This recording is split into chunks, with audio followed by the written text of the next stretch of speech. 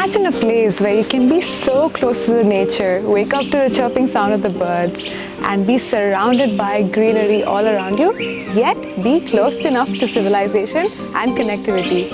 That is exactly what you can do at Keeth House, which is about 10 kilometers from the middle of Pondicherry, and that is where we will be staying tonight, and it's right behind me. So come, let's see what this Keeth House looks like.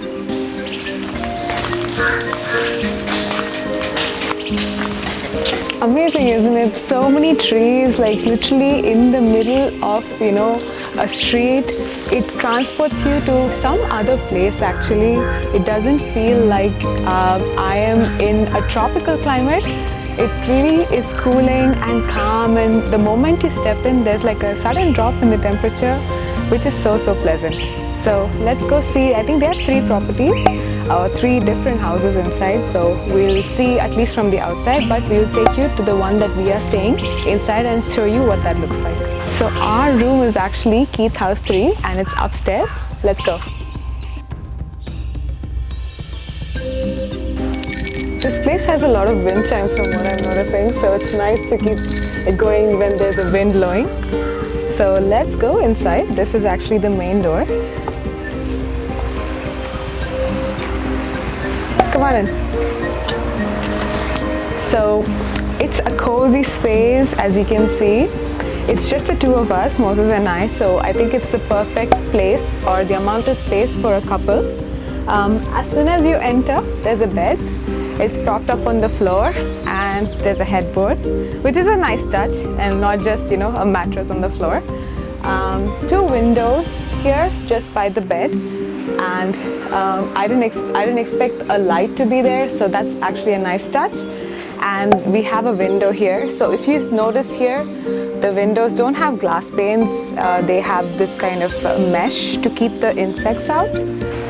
I mentioned, right, so you are still close to civilization, and this place still has electricity. As you can see from the fans, there are light switches all around, so you are still in nature, but you are not really leaving your comfort zone behind. And we have a seating area here, which you can see as soon as you enter, correct? And I think this has to be my favorite part, which is the sit out.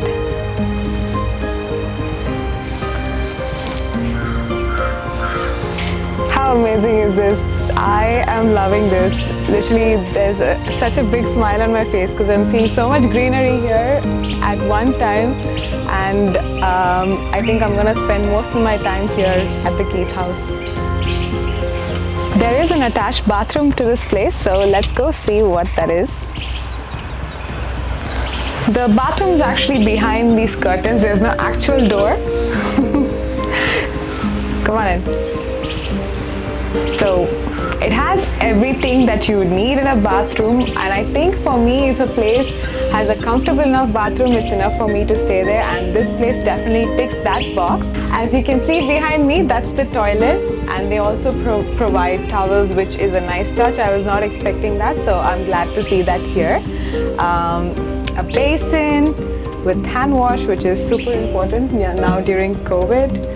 Aroma diffuser as well. I think this is a soap, I'm not sure, I think it is. A stop odor spray.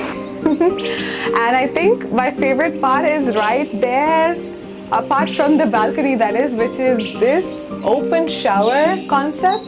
So you have the shower here and this huge big window through which you can actually look at the same view as the balcony while you shower. You've seen the upstairs of Keeth House 3, but if you head downstairs, that's where you'll find the shared kitchen with a gas stove and some basic pantry items for you to cook, drinking water, and plates and utensils as well.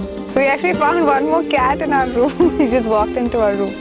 But one of the main reasons why we decided to stay in Keeth House is because we wanted to visit Auroville, which is relatively closer to Keeth House than it is to Pondicherry. So we will be spending a few hours there. So let's show you what is there in Auroville as well up next.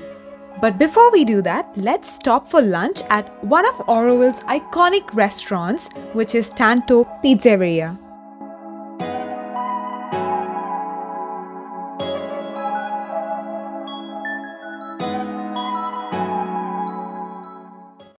after that scrumptious lunch, we wanted to take you guys to a place that's not super popular in Auroville, which is the Auroville Botanical Garden. This massive lush green garden is of 50 acres and is broken down into thematic mini gardens that transport you to different parts of the world, with the Adenium to the Africas, a Japanese garden with a pond full of water lilies, and even a cactus house. I was beyond surprised to see that they have an entire orchid house full of purple and white orchids growing even in this hot and temperate climate. As I mentioned earlier, this place is an absolute hidden gem in Auroville and we recommend you visit this place for sure.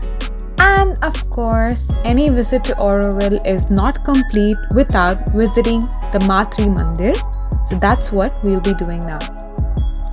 The Matrimandir is situated about a kilometer from the visitor center where you need to park your vehicle, and you can either decide to walk or take their bus shuttle, which will take you to the Matrimandir viewing point. At the visitor center, you'll be able to watch a presentation on the Matrimandir and its significance, after which you're given a token to visit the viewing point. The Matrimandir, or the Temple of the Mother, is the soul of the city of Auroville.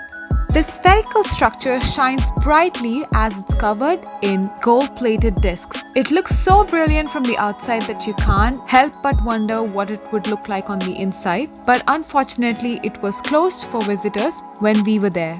Inside the central dome is a meditation hall known as the Inner Chamber, and this contains the largest optically perfect glass globe in the entire world. And after our tour of Auroville, we ended the evening with some coffee at another popular Auroville cafe, which is Mark's Cafe. We got some cappuccino, some croissants, and ended our evening there.